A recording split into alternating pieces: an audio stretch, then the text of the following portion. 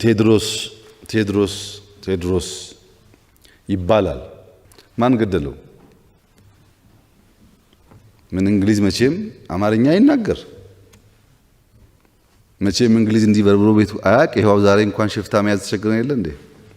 ህዝቡ እየደበቀ ቴድሮስን ወገኑ ቤተሰቡ ቢደብቀው ኖሮ እንዴት አድርጎ እንግሊዝ ያገኘው ነበር? ማን ገደለው? አሁን ከሞተ በኋላ ዝም ብለን ብንል ዋጋ የለውም እኮ እያለ ምን ረዳ ነው? ምን አደረግን? ከሱ ጋር ቆመን ሲሞትስ እንዴት ሞተ? አሁን ሚኒሊክ ይባላል። በታሪክ እንደምታውቁት አጼ ሚኒሊክ ሞተው 7 ዓመት እኮ ህዝቡ አያውቅም። በአዝማሪ ነው የጠፉ ምናምን ይባል እንጂ ህዝቡ አያውቅም፣ አልተነገረውም። ዛሬ እኛ እንደምንወዳቸው ንጉስ 7 ዓመት ሙሉ ሞተው እንዴት ተደበቀ? እንዴት ተደበቀ? 7 ቀን እኮ አይደለም፣ 7 ዓመት በጣም ረጅም ጊዜ ነው። አሁን ካለፈ በኋላ የምናደርገው ዋጋ የለውም።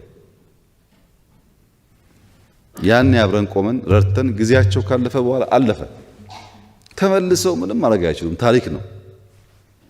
አሁንም እኔ በኩራት ነግራቸዋለሁ፣ ከኢትዮጵያ እኔ 1 ብር አልሰርቅም። አውቀዋለሁ፣ እሱ አልሰርቅም፣ የለሁበትም። በአፈሙዝ ግን በፍጹም እኛ ወታደሮች ነን። ሰው በጉልበት ሊያሸማቅቀን አይችልም። ማንም ቢሆን በሰላማዊ መንገድና በምርጫ ከሆነ ግን ህዝብ የወሰነበትን ነገር ለሰከንድም አናቅማማም፣ እንቀበላለን። በተወሰኑት ጉዳዮች ላይ ምላሽ ሰጣለው። የተቀረውን ተመካክረን በጊዜ ሂደት እየመለስን በተግባር እየመለስን እንሄዳለን።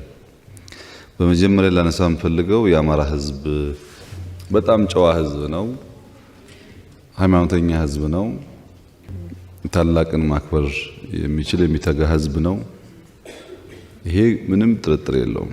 በሌላ መንገድ ደግሞ ይሄ ጨዋነት፣ ይሄ ትጋት፣ ይሄ ግብረ ገብነት ባለበት ደግሞ ለምንድነው ሁል ጊዜ ችግር የሚፈጠረው የሚለው ወደ ውስጥ ማየት ያስፈልጋል። ጥሩዎች ባሉበት ልክ ማደፍረስ የሚፈልጉ ደግሞ ሰዎች ይኖራሉ። ይህንን ባላንስ አድርጎ ማየት ያስፈልጋል። በእኔ እምነት የተነሱ ጥያቄዎች ዛሬ የሰማኋቸው ከዚህ ቀደም በአማራ ክልል ውይይት ሳደርግ የሰማኋቸው አብዛኛው ጥያቄ ለመለወጥ፣ ለማደግ፣ ለመሻሻል ካለ ጉጉት የሚነሳ ጥያቄ ነው። ይሄ ደግሞ ለሰው ልጅ አግባብ ይመስለኛል። ችግር የሚሆነው ሰው ጥያቄ አንስቶ መደመጥ በራሱ ይሄንን ችግር እንፈታዋለን ጊዜ ስጡን መባል በራሱ የመልስ ግማሽ አካል መሆኑን አለመገንዘብ ነው። ትልቁ ችግር የሚሆነው እሱ ነው። በአማራ አካባቢ አንድ የሚታወቅ አባባል አለ። በአንድ አካባቢ አንድ አንበሳ በአንድ ጫካ ውስጥ ይኖራል። የአንበሳ ያለበት አካባቢ ማህበረሰቡ ለአደን ወጥቶ አንዳንድ ነገር ሊያገኝበት የሚችል ጫካ በአንድ አንበሳ ተይዟል። የአንበሳ ደግሞ ኃይለኛ ነው። ሲጠጉት ይተናኮሳል፣ ይገላል፣ ይበላል።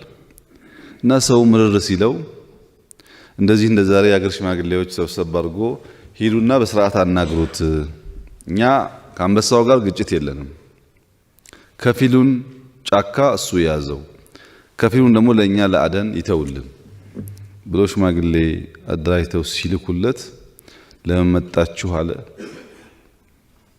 ያስከው ቦታውን ተቸገርን ለምግብ ግማሹን ላንተ ግማሹን ለኛ ተውልን ሲሉት ሰዎቹን ተቆጥቶ ግማሹን በልቶ ግማሹን ገድሎ ግማሹን አቁስሎ መለሰ።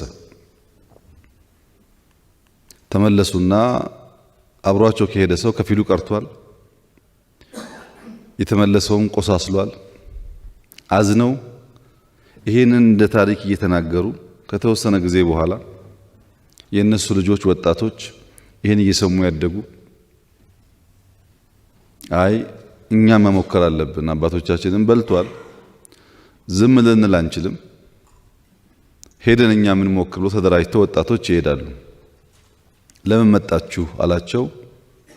ነገሩት ታሪኩን። በልሰብበት ጊዜ ስጡኝ አላቸው። እና ወጣቶች ተመልሰው መጥቶ ለማህበረሰቡ ተናገሩ። አገኘ ነው ነገር ነው ልሰበበት ብሎናል ብለው ሲናገሩ እናቶች አባቶች አርደው ደግሰው ትልቅ ፌሽታ ሆነ እና ልጆቹ ግራ ገባቸው። ገና እኮ ቃል ነው የተገባልን፣ ላስብበት እኮ ነው ያለን። አንድ ግዳይ እንኳን ሳናመጣ ሳናደን ምንም ሳንሰራ ይሄ ሁሉ ድግስ ምንድን ነው ብለው ሲሏቸው መቼም ትልቅ ሰው ትልቅ ነው። እኛ እዛ የደገስነው በዚያ መንገድ ሰው የሄደ እንጂ የተመለሰ አናቅም። ሄዳችሁ መመለሳችሁ በራሱ ነገ ተስፋ እንዳለ ያመላክታል። ከዚህ ቀደም ስንልክ ሲቀሩብን ነው የምናውቀው። አሁን መመለሳችሁ በራሱ ተስፋ ስላለው ለዚያ ነው የምንደግሰው አሏቸው ይባላል። አሁን እንደ ዋዛ የምንጠይቃቸው ጉዳዮች ከዚህ ቀደም ማንሳት እንችል ነበር ወይ? ብንሰበሰብ በዚያ መንገድ እናነሳቸው ነበር። ያነሱ ሰዎች አልታሰሩም ወይ? አልተሰደዱም ወይ? አልተቸገሩም ወይ? ጥያቄውን ማድመጥና ለመመለስ መንገድ ልፈልግ መባሉም በራሱ ለምን በክብር ማየት ተሳነን? እኔ ስንቀሳቀስ ያኔ ከናንተም ውጭ ከምሁራን ጋር ከሀገር ሽማግሌዎች ከባለሀብቶች ብዙ ውይይት አድርጌያለሁና ሁሌ የሚነሳው ህገ መንግስቱ እኛን ሳያሳተፈን ሳንወያይበት ሳንመክርበት የአማራን ታሪክ አበላሽቶ አሳንሶ ታሪክ እንደዚህ አድርጎ እና ቢሻሻል የሚል ጥያቄ በስፋት ይነሳ ነበር። ህገ መንግስቱ ላይ ህዝቡ ጥያቄ ያለው መፈተሽ አለብን የሚል ሐሳብ መጀመሪያ በፓርቲያችን መነጋገር አይቻልም ነበር። ይሄ ህገ መንግስትማ መጽሐፍ ቅዱስ ነው ቁርአን ነው አይታሰብም ነበር። የኛው ሰዎች ቀስ እያሉ ነው መነጋገር መወያየት እየተቻለ የመጣው። ከዚያስ ምን አለ? እቺ ጥንታዊት ሀገር ሰዎች በመጡ በሄዱ ቁጥር ታሪኳ እየፈረሰ እየተቀየረ ህገ መንግስት የተቀያየረ መሄድ የለበትም። አብዛኛው መልስ የሚመልስ አርገን ብንሰራው እኛ ብንሄድ የመጣው አይቀደውም። እንዲያ እንዲሆን የአማራ ህዝብ ሳልወያይበት ሳልመክርበት ነው ስላለ ነገ ደግሞ የኦሮሞ ህዝብ፣ የሶማሌ ህዝብ፣ የአፋር ህዝብ መሰል ጥያቄ እንዳያነሳ ሁሉን አወያይተን አቻችለን መካከለኛ የሆነ ሚዛናዊ ነገር እናድርግ። እኛ ዝም ብለን አንጻፈው። ምክንያቱም እኔ ብጽፈው ጎንደርን ካወያየው የጎንደር ሐሳብ ይጫነኛል፣ ጅማን ካወያየው የጅማ ሐሳብ ይጫነኛል። ያላወያዩዋቸው አካባቢዎች ደግሞ ያኮርፋሉ። ተኳርፈን ደግሞ አንዘልቀው። ህዝቡ ተወያይቶ መክሮ በተግባባንበት ጉዳይ ተግባባን፣ በማያግባባን ጉዳይ ደግሞ በሪፈረንደም ወስነን እናድርግ ብለን ነው ተቋም ያቋቋም ነው። ማን በጀ ብሎ መጀመሪያ እንወያይ እናሻሽል የሚለው ሐሳብ ላለመቀበል በጣም ሰፊ ርቀት ተሄደ። ከዚያ ውጭ መፍትሄ ያለ አይመስለኝም። ለምሳሌ እኛ ኢትዮጵያውያን በቁም ነገር ብቻ የምንጨቃጨቅ እንዳይመስላችሁ። የኦሮሚያ ክልል አዳማ ነው ነባር፣ የናዝሬት ስም አዳማ ነበር ተቀይሮብኝ ነውና ወደ ነባር ስሙ ይመለስ አዳማ ለበለው ካለ ሌላ አካባቢ ሰው ኦሮሚያን ማናደድ ስለሚመስለው የለም ናዝሬት ነው ይላል። በስም እኮ የምንጣላው አዳማ ተብሎ ናዝሬት ተብሎ ዳቦ ሻይ ለማይሆን ነገር በስም እንጣላለን። አረንጓዴ ቢጫ ቀይ የሚያክል ትልቁ ነገር ተቀምጦ ኮከብ ይኑረው አይኑረው እንጣላለን። እነዚህን ጉዳዮች አንደኛውን ብናስደስት አንደኛው ስለሚያዝን ከነ ምክንያቱ እያወያየን በምክር በንግግር ቢሆን ይሻላል። ያኔ ይዘልቃል። አሁን መንግስትን መጻፍ እኮ እንችላለን፣ ጽፈን ይሄ ነው እንላለን። እኛ ዞር ስንል ደግሞ አንዱ መጥቶ ይቀደዋል።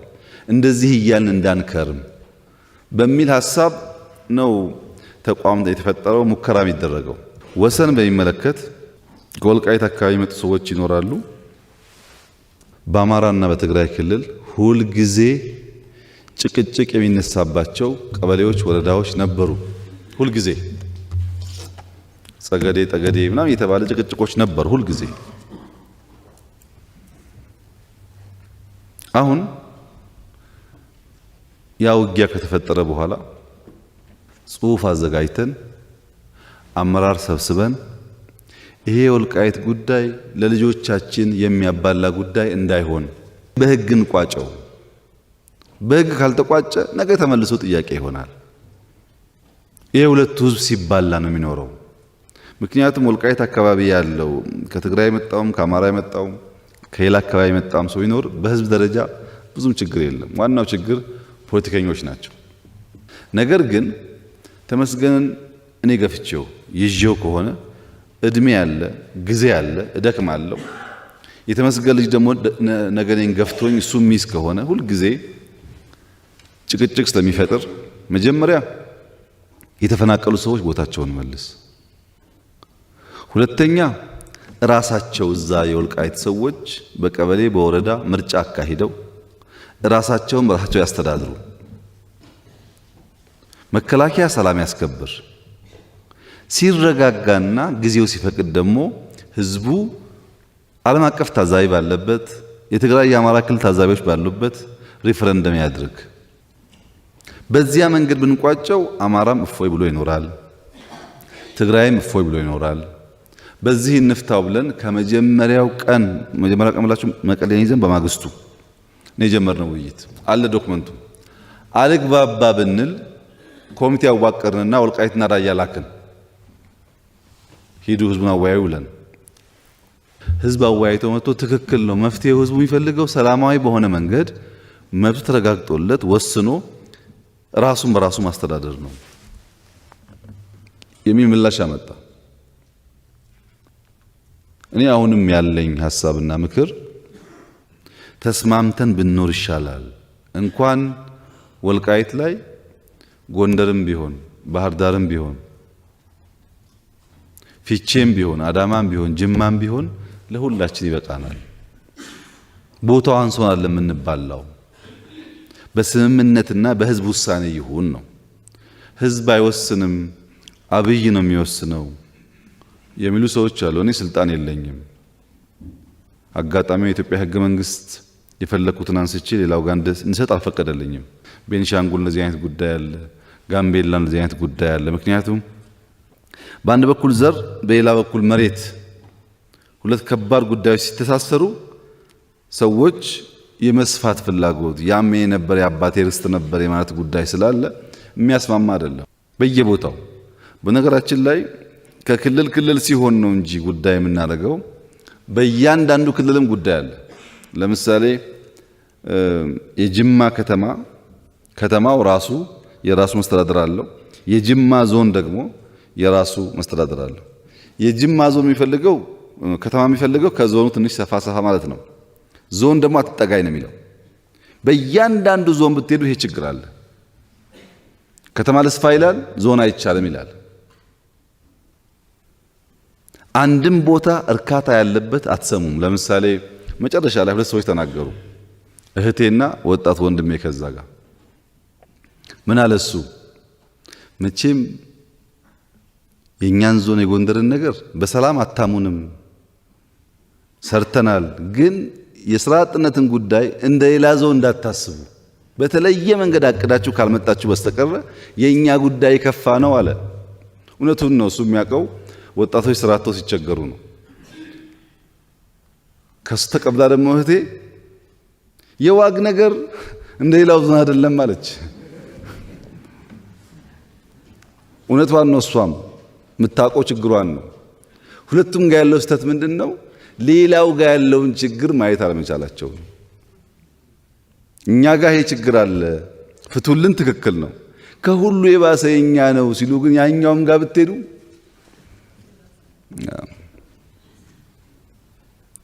ይህንን ነገር ትንሽ በሰከነ መንገድ አንድ መሆናችንን ኢትዮጵያዊ መሆናችንን በማያሳጣ መንገድ መሄድ ያስፈልጋል።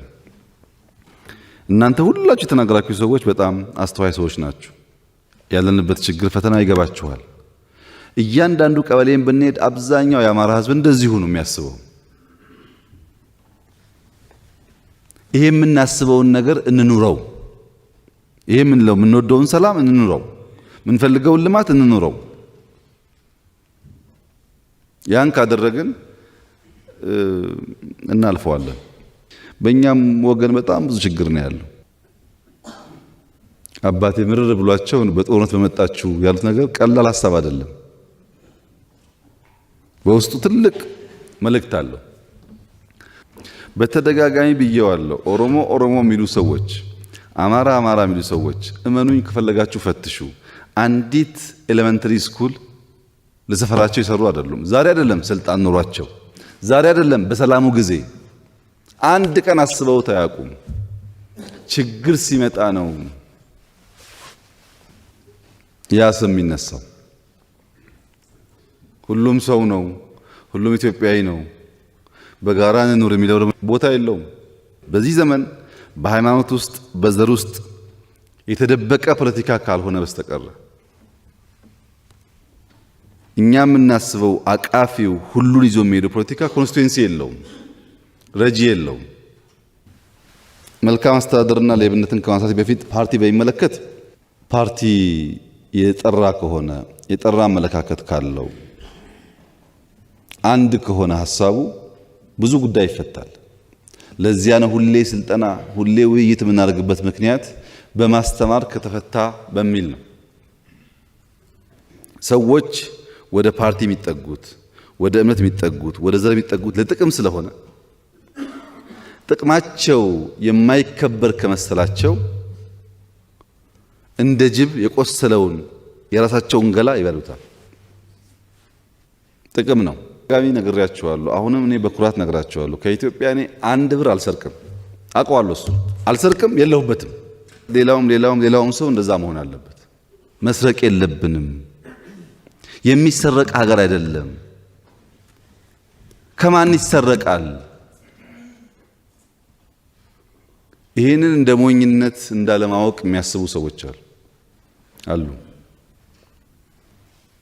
የውስጣችን ባለሀብቶች ውጭ ካሉት ባለሀብት ጋር ሆነው ያምሱናል። ታስታውሱ ከሆነ ዓመት ገደማ ነው ሌብነትን እንታገል ብለን ኮሚቴ ያልነው። ከዛ በኋላ እኮ እሳት ነው የሆነው። እሳት። ሌብነት ማለት አካውንት ሊበረበር ነው፣ መሬት ሊበረበር ነው፣ በሚስት በልጅ ባጎት ሊበረበር ነው። ይሄ ደግሞ ብዙ ሰው ይነካል። ከዚህ ሳንወጣ የጀመረው ጦርነቱ ቀጠለ። እስካሁን እንደምታዩት ነው። እኛም ብዙ ሞከርን፣ ብዙ ያዘን፣ ብዙ አሰርን፣ አልጨረስነውም።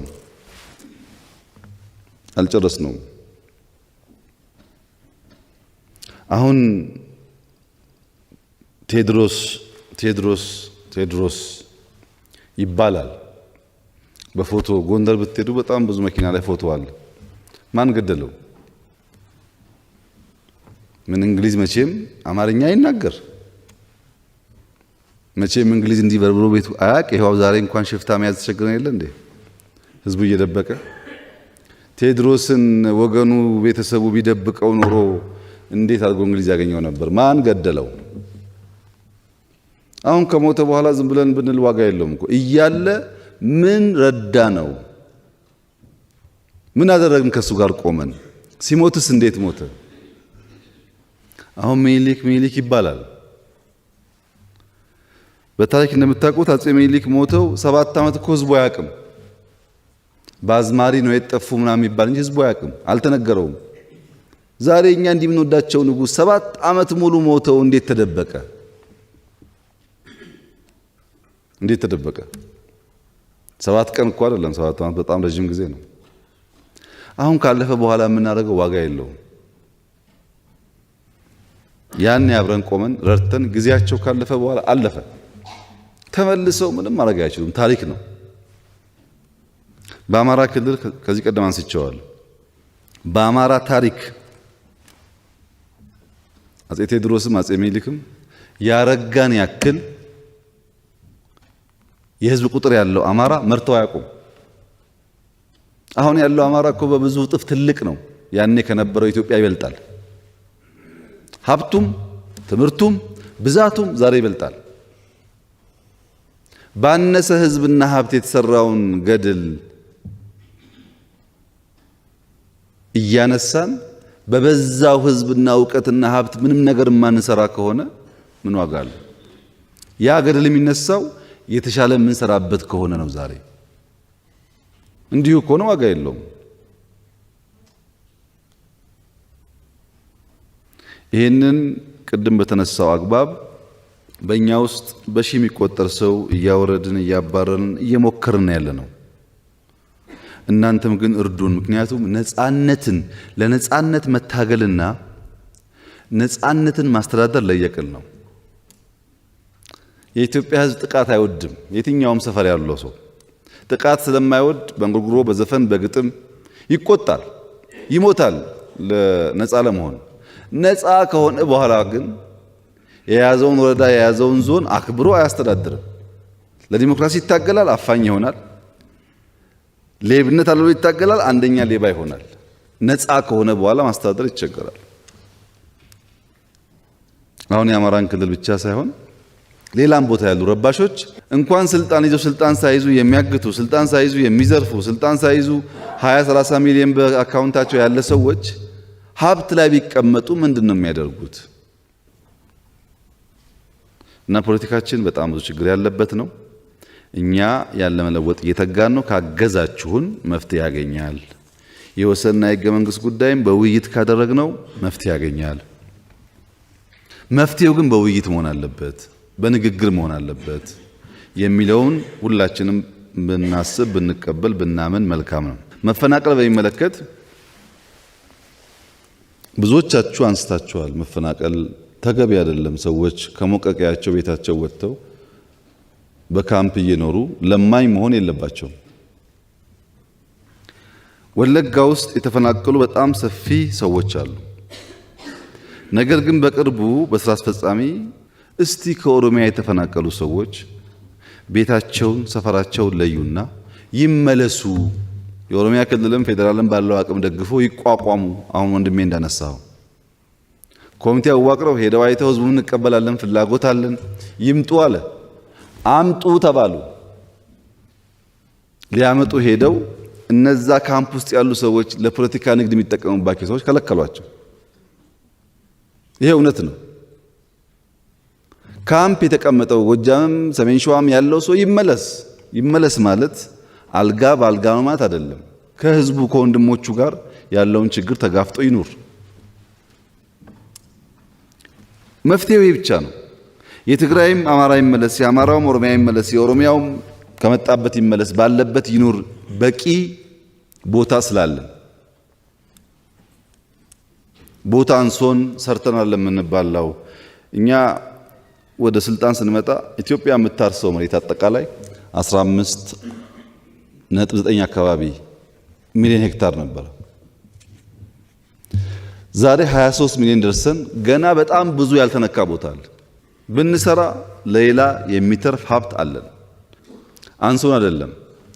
በዚህ አግባብ ቢታይ ያሉባልታው ምናምኑ ትንሽ እያራራቀን እንዳይሄድ ስለሰጋው ነው። ሃይማኖትን በሚመለከት ብዙ የሃይማኖት አባቶች እዚህ አሉ። እኔ 0.1% ሙስሊምን፣ ኦርቶዶክስን፣ ፕሮቴስታንትን፣ ካቶሊክን በመንግስት ፖሊሲ፣ በመንግስት እውቅና፣ በመንግስት እቅድ 0.1% እንኳን መጉዳት ለመጉዳት አስበናል ብዬ ለደቂቃ አይጸጽተኝም። ለምሳሌ ኦርቶዶክስን ብንወስድ ከኔ በላይ ኦርቶዶክስን ያከበረ ያስታረቀ ካርታ የሰጠ የለም። የኦርቶዶክስ አባቶች ብዙ ቀርቤ ለማገዝ ሞክሬያለሁ። እዛ ውስጥ ፖለቲካ ዘር ሲቀላቀል ደግሞ የሚያጠፋው ጥፋት አለ። እሱን ትልቅ ተቋም ናት። በውስጧ በጣም ብዙ ሰዎች አሉ፣ የሚያውቁ ሰዎች አሉ። ፈትሸው ሃይማኖት የሚያስደፍረውን አትንካ፣ ፖለቲከኛውን ደግሞ እረፍ፣ ከፈለክ እዛው ሂድ ብሎ መለየት ያስፈልጋል። ይሄ የኦርቶዶክስ ጉዳይ ነው። ኦርቶዶክስን መንካት፣ ኦርቶዶክስን መጉዳት የሚያስብ መንግስት ካለ ግን መንግስት መሆን አይችልም። ግማሽ አካሉን ጎድቶ ራሱን በጥብጦ ራሱን ረብሾ ልማት የሚያስብ መንግስት አይኖርም። በሙስሊሙም እንደዛ ነው፣ በጴንጤውም እንደዛ ነው። ብዙ አጭበርባሪ ጴንጤ አለ፣ ብዙ አጭበርባሪ ሙስሊም አለ፣ ብዙ አጭበርባሪ ኦርቶዶክስ አለ። ሰው ስለሆነ ነው። ያ መሸፈኛ መደበቂያው ነው። ሰውየው ግን የራሱ ባህሪ ስለሆነ ያ ባህሪውን ይዞ እነዚያን ጠቃሚ ተቋማት ያቆሽሻል። እሱን ለይቶ ማስተካከል የሃይማኖት አባቶች ጉዳይ ይሆናል። በዚህ ጉዳይ ብዙ የሚያውቁ የተመራመሩ ጥበበኛ ሰዎች በውስጣቸው ስላሉ መፈተሽ አይቸገሩም። እና ሃይማኖት በሚመለከት ኦርቶዶክስ ከዚህ ቀደም ብየዋለሁ፣ አሁን ደግሞ አለው ለኢትዮጵያ ጌጥ ናት፣ ውበት ናት። ምንም የሚያጎድለችው ነገር የለም። እስላም ጌጥ ነው፣ ውበት ነው። ተከባብረው ያላቸውን ነገር እያወጡ ቢሄዱ ኢትዮጵያን ሞር ውብ ያደርጓታል እንጂ በደል የለውም፣ ጥፋት የለውም። እዚህም እዚያም የሚያስደንቁ አባቶች አሉ፣ የሚጸልዩ ስጋቸውን የሚቀጡ ለእውነት የቆሙ ሰዎች አሉ። እዚህም እዚያም የሚቀጥፉ ሰዎች አሉ። ወደፊት ህግ እያወጣን ነው። ህግ እናወጣለን። ሃይማኖትና መንግስት ተለያይተው ስራቸውን ይሰራሉ። በቅርቡ ህጉ እንደሚጸድቅ ተስፋ ይደረጋል። ያኔ ሁሉም በህግ ይሰራል። አሁን ተቀላቅሏል። ያልተቀላቀለ ጉድ የለም። እንደዛ አይቻልም። በእስላም ውስጥ ሆኖ በእስላም ተቋም ውስጥ ሆኖ ፖለቲካ ማራመድ ትክክል አይደለም። ያ ግለሰብ ፖለቲካ ካሰበ ችግር የለበትም። እምነቱን በግል እየተከተለ ፖለቲካውን ደግሞ ከፓርቲ ጋር ማራመድ ይችላል። እንዲያ ካልሆነ በስተቀረ ይበልጥ ጥፋት ስለሚያመጣ እኛም በዚህ አግባብ ብናየው፣ መንግስትም እንደ መንግስት እንዲሰራ ብንፈቅድ ለሁላችን ይጠቅማል። መሰረተ ልማት በሚመለከት እውነት ነው ገና በጣም ብዙ ነገር ይቀራል። ዋግን ሄጄ ነበር። እህቴ እንዳለችው ነው። የሚገርም ታሪክ አለ፣ ጀግኖች አሉ። ግን ያሳዝናል፣ አልተሰራም ስራ። እሷ ዘነጋችው እንጂ እኔ ሲሄድ መብራት የለንም ጨለማንን ብለው ከሌላ ክልል ነው ጄኔሬተር ጭኜ የወሰድኩላቸው። ለ6 ወር 8 ወር ዓመት አላቅም መብራት የገባው ከሌላ ቦታ ሄዶላቸው። እሱ ረስተዋለች። እሷ መንገድ ነው የምትጠይቀው። ግን ትክክለኛ ጥያቄ ነው። ዋግም ጎንደርም እውነት ነው ችግር አለ። ባህር ዳርም ችግር አለ። ዘንባባውን አትመልከቱ። ገባ ስትሉ ባህር ዳርም በጣም ብዙ ችግር አለ። እዚህ አዲስ አበባም ያለው ድህነት እንዳይመስላችሁ። ድህነት በጣም የተንሰራፋበት ሀገር ነው። ያ ሳይበቃን ደግሞ ትንሽ የነቃን ትንሽ የተማርን ትንሽ ገንዘብ ያየን ደግሞ ሰርቀን መደበቁን እንጂ መልሰን ልማቱን ወደ ህዝብ አንወስድም። በዚህ ምክንያት ሰዎች ይቸገራሉ። ይህን ተጠበቀ ሆኖ እኔ አማራ ክልል መጀመሪያ ሲሄድ በኋላም ስወያይ የተነሳው ጥያቄ የልማት ጥያቄ ነው። አንዳንዱ በጣም ትክክለኛ ጥያቄ፣ አንዳንዱ ደግሞ ለማደግ ካለ ፍላጎት ጋር የሚያያዝ ጥያቄ። ለምሳሌ ኢንዱስትሪያል ፓርክ 4 ኢንዱስትሪያል ፓርክ ያለው ክልል አማራ ክልል ብቻ ነው። አንድም ክልል 4 ኢንዱስትሪያል ፓርክ የለውም። አግሮ ሲጨመር 5።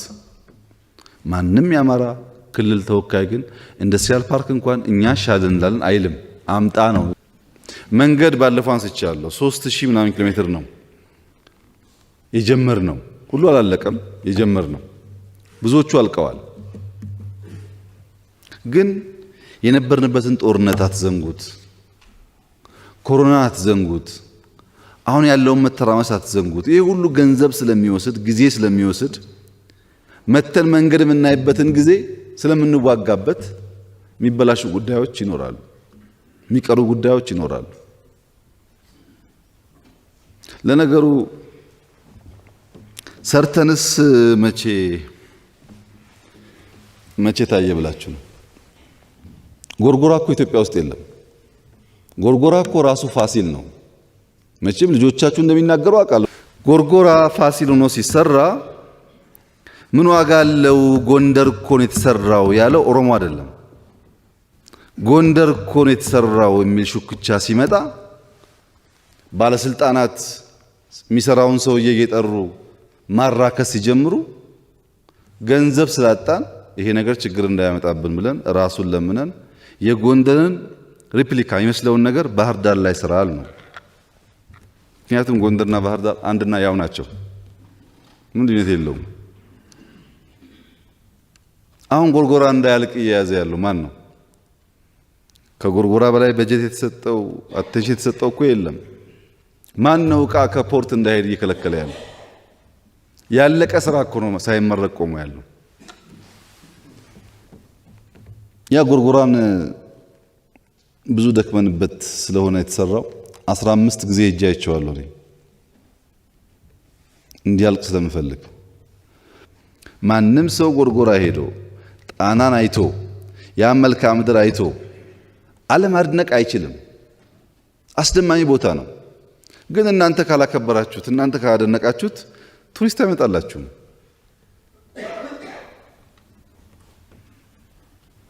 ፋሲል እንዴት ቀረ አለች እህቴ። ፋሲል እኮ እኔ ጎንደር መጣው ካቢኔ ጋርና የጎንደር ሽማግሌዎች እራት ጋበዙኝ። አንተ ያለ ፋሲል ፈረሰ እኮ ምን ትጠብቃለህ አሉኝ። ሽማግሌዎች ጠይቀዋል ብዬ መጥቼ ተመካክረን መጽሐፍ ሽጬ የመጽሐፉን ሽያጭ ፋሲል ይገንባበት ብዬ ለፕሬዝዳንቱ በሚዲያ ዓለም እያየ አስረክቤ ትንሽ ዘጌት ሲልብኝ ፈራሁና ሌላ ገንዘብ ፈልጌ ኮንትራክተር ወስጄ ራሴ ሄጄ አይቼ አስጀመርኩ። ኮንትራክተር ከገባ በኋላ ሊያቆሽሹብን ነው፣ ሊያበላሹብን ነው፣ ሊያጠፉብን ነው ብለው ተናገሩ፣ ሰበኩ። አይሰራም ብለው አስቆሙት። ይሄው ወርቁ እኮ አለ።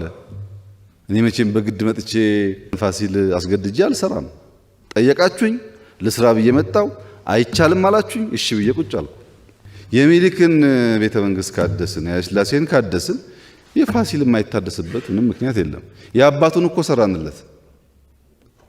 ጎርጎራ እኮ ፋሲል ነው። ምክንያት የለንም የማይሰራበት እንጂ እኛም ቢብለን አይደለም። ገንዘብ እኮ የግል ነው። መጽሐፍ እኮ የግል ገንዘብ ነው። ግን ይገባዋል ፋሲል፣ ጎንደርም ይገባዋል። እና በእኛም ቦታ ሆናችሁ ብታዩ ጥሩ ነው።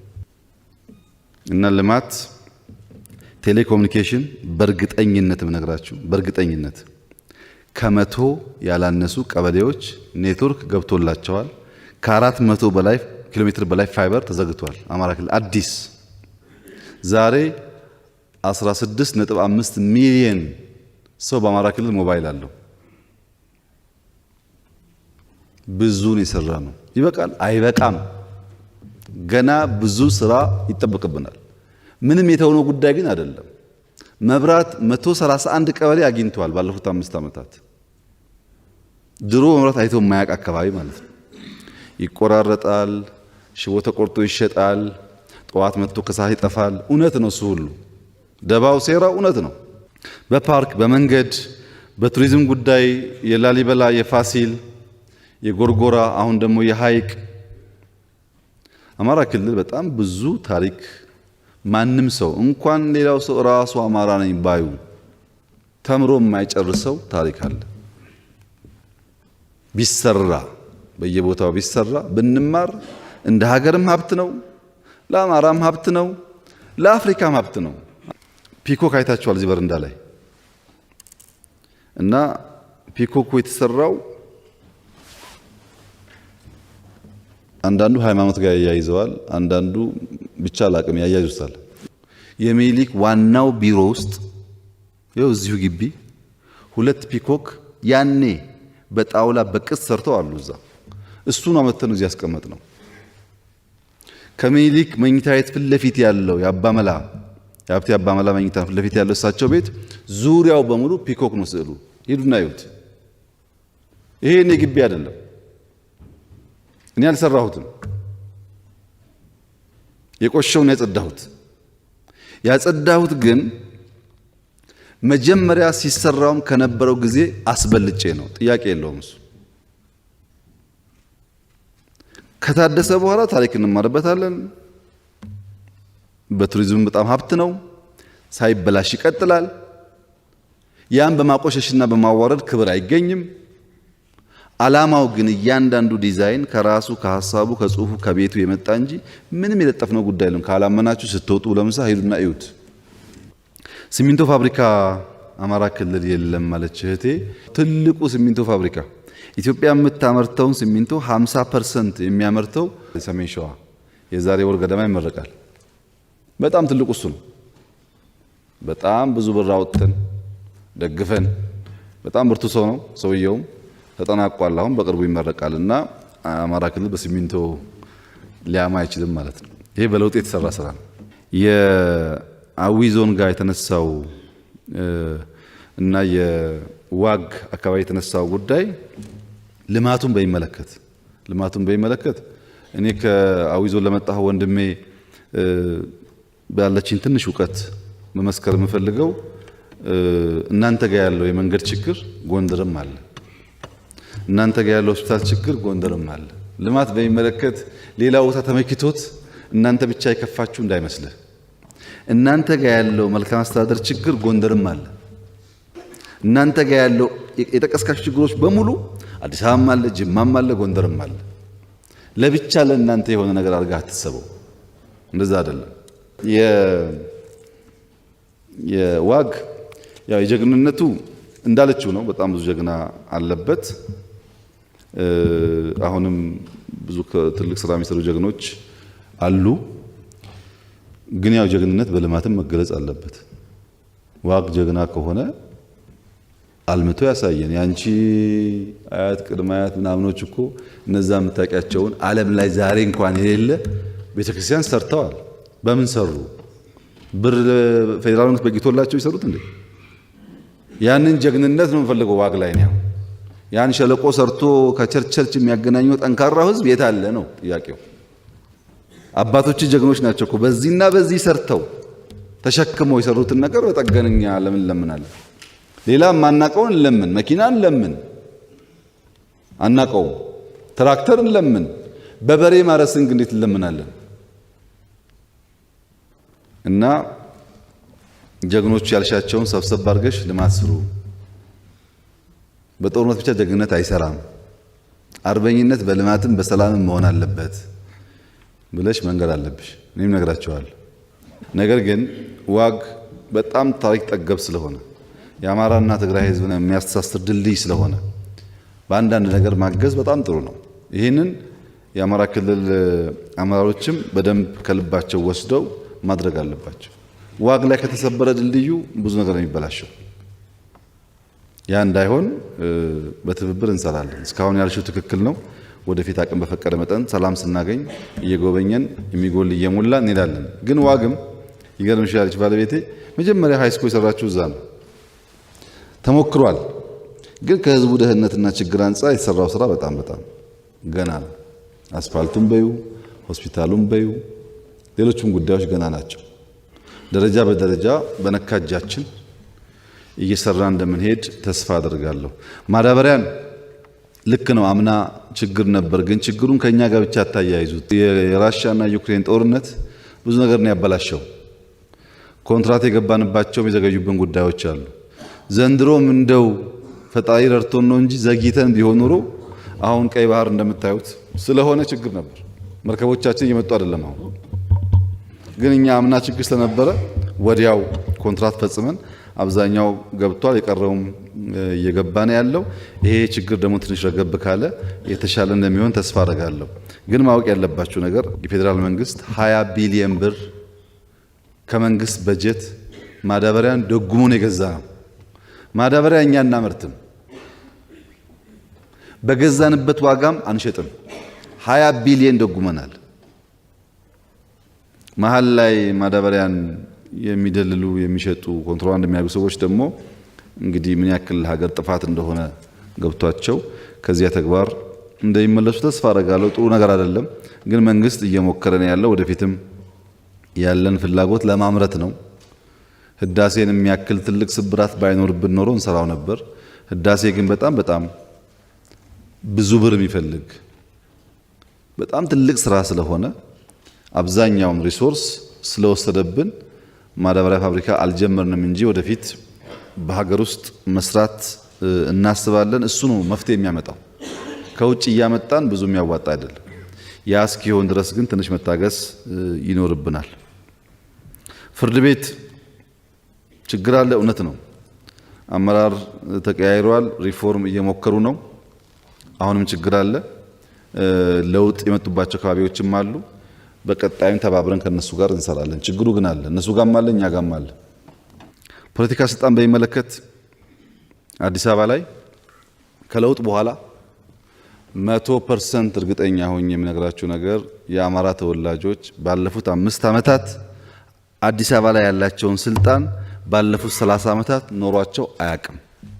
የፈለገ ሰው ተደራጅቶ ያጣራ። ድሮ የነበረው ስልጣን 25% ኦፒዲዮ፣ 25% ብአዴን፣ 25% ቲፒኤልኤፍ፣ 25% ደህዴን ነበረ። የፈለገ ቢያብጥ ስልጣኑ 25% ብቻ ነበር በአዲስ አበባ ላይ የአማራ ድርሻ። ዛሬ ግን ካላጋነንኩት 33 እስከ 35% ስልጣን አለው። ከምክትል ጠቅላይ ሚኒስትር ጀምሮ ደህንነት፣ መከላከያ፣ ውጭ ጉዳይ፣ አየር መንገድ በቃ ተቋማት ቢባል በሙሉ ድሮ ለአማራ ብዙም ያልተፈቀዱ ከባቢዎች አሁን በሩ ክፍት ነው። እኛ የምንፈልገው አማራ ነኝ እያለ ኦሮሞ ነኝ እያለ የሚያጭበረብረውን ሳይሆን ከልቡ ኢትዮጵያዊ ሆኖ ለአማራውም ለኦሮሞም ለወላይታውም የሚሰራ ሰው ማየት ነው። እንደዛ እስከሆነ ድረስ ሁሉም ስልጣን ክፍት ነው። ይሄ ስልጣን ለግለሰቦች ተለይቶ የተሰጠ አይደለም። ቅድም ወንድሜ እንዳለው በምርጫ ነው የሰጣችሁን፣ በምርጫ ውሰዱት። ስትፈልጉ ከኛ የተሻለ ካገኛችሁ ምረጡ፣ ችግር የለም። ደግሞ ታዩታላችሁ። በምርጫ ህዝቡ ሲወስን እንዴት እንደምናከብር ጊዜው በአፈሙዝ ግን በፍጹም እኛ ወታደሮች ነን፣ የአድዋ አርበኞች ልጆች ነን። ሰው በጉልበት ሊያሸማቅቀን አይችልም። ማንም ቢሆን በሰላማዊ መንገድና በምርጫ ከሆነ ግን ህዝብ የወሰነበትን ነገር ለሰከንድም አናቅማማም፣ እንቀበላለን። አማራ ክልል ውስጥ ግጭት ሲፈጠር አማራ ክልል ገና ከውጊያ ወጥቶ አመት እንኳን ሳይሞላው መኪና ማቃጠል፣ አምቡላንስ ማቃጠል ይሄ ትክክል አይደለም። አማራ ክልል ኢሹ ካለው በእንደዚህ መንገድ ተነጋግረን የምንችለውን መልሰን የማንችለውን ባካችሁ ይቅር በሉን ብለን እናልፋለን። ምን ያገዳድለናል? ትክክል አይደለም እሱ። ለዚህ ነው የግጭቱ ጉዳይ ከባድ የሚሆነውና እርሶ ከፈለጉ በአንድ ጊዜ ይፈቱታል ችግር የለውም ላልሽው እህቴ፣ እንደዛ ግን አይደለም። እንደዛ ፍላጎቶች አሉ። በውስጥ ያለው ብቻ ሳይሆን ከውጭ እኮ የሚገዛ አለ፣ የሚገፋ አለ። የተከፈላቸው ሰዎች ናቸው እኮ መቀየር አይችሉም። ዝም ብሎ ማድፈጥ ይችላሉ እንጂ መቀየር አይችሉም። የኛ ፍላጎት ሸኔ በአማራ ክልል ያለውም ሸኔ በኦሮሚያ ያለውም ሸኔ ህዝብ ከማገት ከመግደል ከመጥለፍ ከመዝረፍ ወጥቶ በሰላማዊ መንገድ ተነጋግሮ ትጥቁን አስቀምጦ ምርጫ ተወዳድሮ በሐሳብ አሸንፎ እነሱ እዚህ መጥተው እኛ እዛ ብንቀመጥ ምንም ችግር የለብንም። እና በአማራ ክልል ተደጋጋሚ ጥሪ ያቀርበናል። አሁንም ክቡር ፕሬዝዳንት፣ ክቡር ምክትል ጠቅላይ ሚኒስትር እባካችሁን በሰላማዊ መንገድ ገብቶ መነጋገር የሚፈልግ ሰው ካለ ይሄ ሁሉ የሃይማኖት አባት ምን ይሰራል? ጎንደር ያለው ሃይማኖት አባት ጎንደር ያለውን፣ ጎጃም ያለው ጎጃም ያለውን፣ ወሎ ያለው ወሎ ያለውን፣ ወለጋ ያለው ወለጋ ያለው ያስገባ፣ እንነጋገርና እንወያይና በእኛ አቅም ይመለስ ነገር ካለ መልሰን፣ የማይመለስ ካለ ደግሞ ለህዝቡ በሚሰማው መንገድ በዚህ ጊዜ ይመለሳል ብለን እንፈተዋለን። ስልጣንም እንኳን 2 ዓመት እኮ ነው፣ ምርጫ ደርሷል። ብዙ አያጣላም። እስከዛ በደንብ ተደራጅቶ መመረጥ ነው። እና ሰላም እኛ ስለማንፈልግ አይደለም። በየሰፈሩ አምጡና አወያዩና ይቅርታ ብለን ካሳም ካስፈለገ ካሳ ከፍለን እንታረቅ፣ እንስማማ፣ ችግር የለብኝም፣ ደስ ይለኛል። ሰላም ነው የምንፈልገው። እንደዚያም ካላደረገ አማራ ለጥቃት ይጋለጣል። እዚህ ሰፈሩ ስንንጎዳጎድ ችግር ያጋጥመናል። እና በውስጣችን ያለውን ጉዳይ ብንፈታ ጥሩ ነው። የኑሮ ውድነቱ፣ መልካም አስተዳደሩ፣ ፋብሪካው፣ የስራ እድሉ ምላሽ እያገኘ የሚሄደው መንግስት ፋታ አግኝቶ በተሟላ አቅም ስራ መስራት ሲችል፣ ስራ ካልሰራን ኑሮ ማስቸገሩ አይቀርም። አሁን ለምሳሌ ስንዴ ዘንድሮ አማራ ክልል 250,000 ሄክታር ነው ያቀድነው በበጋ ስንዴ። እስከ ባለፈው ወር የነበረኝ ሪፖርት 100,000 አይሞላም የታረሰው። ኦሮሚያ ክልል 2.5 ሚሊዮን የታቀደው ሄክታር ብዙ ጥፍ ይበልጣል። ባይዘው አሁን ኦሮሚያ ክልል ስንዴ አምርቶ አማራ ክልል ስንዴ ሲቸገር የአብይ ችግር ነው ካላችሁ ትክክል አይደለም። እኔ እኮ አምርቱ እያልኩ ነው። ምርጥ ዘሩን፣ ትራክተሩን፣ ገንዘቡን ለሁሉም እኩል ነው ማገዘው። እሺ ብሎ የሰራ ያተርፋል፣ ምን ዋጋ አለው ያለው ይከስራል። የሃይማኖት አባቶች እኮ በስፒከር የሚያስተምሩት ለሁሉ ነው። ሁሉ እኩል አይጾም፣ ሁሉ እኩል አይጸልይ፣ ሁሉ እኩል አይከተልም። ይመጣል፣ ቸርች ይመጣል፣ መስጊድ ይመጣል፣ ይሰማል፣ እኩል አይከተልም። ለዚህ እኮ ነው በኋላ የሚከፈለው ሚንዳ እንደየሰው ስራ የሚባለው። እና በዚህ ተለይቶ ሳይሆን ሰዎች ሰምቶ ለመከተል ባላቸው ሁኔታ የሚመጣ ስለሆነ አማራ ክልል የመጨረሻ ምክሬ ይሄ መንግስት የሚያመጣውን ችግር ለመከላከልና ለማለፍ ስራ እየሰራን ከተማችን እያሳመርን ሰላማችን የጠበቅን አይረባም መንግስት ብለን በካራችን እናባረው፣ ችግር የለውም። ስራ እያበላሸን እያፈረስን ግን አይሆን። ካገዛችሁን እኛ በንጹህ ልብ አገራችንን ወደን ማገልገል እንፈልጋለን። ምንም የተደበቀ አጀንዳ የለንም። የአማረች ኢትዮጵያን ብቻ ማየት የምንፈልገው በንግግራችን፣ በጽሁፋችን፣ በስራችን አንድ ቀን ተዛንፈን አናውቅም። መደመር ላይ ያነበቡት ነገር መሬት ላይ ያዩታል። አድዋ የሚያዩት እንዳለ መጽሐፉ ነው። ምንም ቤተ መንግስት ያለው እሱ ነው። ንግግራችንም ስራችንም ንጹህ ነው። ምንዳችንም ከፈጣሪያችን ነው። የተለየ ፍላጎት የለንም። ከተቻለ ኢትዮጵያ ከተወሰነ ዓመት በኋላ ለጅቡቲ፣ ለሱዳን፣ ለኬንያ መርዳት ብትችል እሱ ነው እኛ የምንፈልገው። እንኳን እርስ በርሳችን ግን ወሬ ስትሰሙ እናንተ ለምሳሌ አድዋ ላይ ሊሆን ይችላል በሆነ ምክንያት ወሬ ስትሰሙ እንዳለ ያው ወሬ ከምታምኑ ቆይ ላጣራ እስቲ ሊየው ብላችሁ ካላመዛዘናችሁ በስተቀረ እኛ ወሬ እየሰማን ለዛ ምላሽ የሰጠን መቼ እንሰራለን? ልንሰራ እኮ አንችልም። እንዳያችሁት ነው፣ መንገድ የለም፣ ድልድይ የለም፣ ብዙ ችግር ነው ያለው። ሰው ደግሞ ሁሉም እኩል አይሰራም። ቅድም ብላችሁታል። ከኛ የሚጠበቀው ስራ እየሰሩ ማሳየት ነው። ንግግርን በንግግር መሻር አይቻልም። ስራ ፈቶች እንደፈለጉ ይናገራሉ። እኛ እንደፈለግን መናገር አንችልም። እና ከናንተ የምፈልገው ባካችሁን ስትሰሙ አጣሩ። ይክፋም ይልማም መንግስት ነው። አግዙት፣ አግዙ፣ አብራችሁ ቁሙ። በጎደለ እየተመካከርን የተወያየን እየሞላን እንሂድ። የሸፈቱ የወጡትን እንመልሳቸው። ሰው መግደል መዝረፍ የትም አያደርስም። እና መከራችሁ የሚመለስ ሰው ካለ በመመለስ የሃይማኖት አባቶች፣ የሀገር ሽማግሌዎች፣ ወጣቶችም እርዱን። የምንፈልገው እሱን ነው። እኛ ሰላም እንፈልጋለን። አማራ ክልል ጥይት አያስፈልግም፣ ትራክተር ነው የሚያስፈልገው። በጣም ብዙ ደግሞ ስራ አለን እዛ የምንሰራቸው እና ተባብረን አብረን ብንሰራ ጥሩ ነው። መንገድ፣ መብራት፣ ስልክ፣ ጤና፣ ትምህርት በሚመለከት በሪፖርት በጣም ብዙ ነገር አለኝ መናገር የምችለው ግን ገና ስለሆነ ከጓደኞቻችን ጋር ተመካክረን አቅም በፈቀደ መጠን ለመመለስ ጥረት እናደርጋለን። ባለፈው እንዳነሳሁላችሁ እኛ የተቀበልነው መንግስት በዕዳ የተዘፈቀ መንግስት ነው። ዕዳ በዕዳ ነው። ደሞዝ መክፈል አይችልም። ባለፉት 5 ዓመታት 9.9 ቢሊዮን ዶላር ከፍተናል። እኛ ዕዳ ምን ማለት ነው? 2 ህዳሴ ይሰራ ነበር። 2 ህዳሴ፣ አንድም ብር ግን አልተበደርንም። ኮመርሻል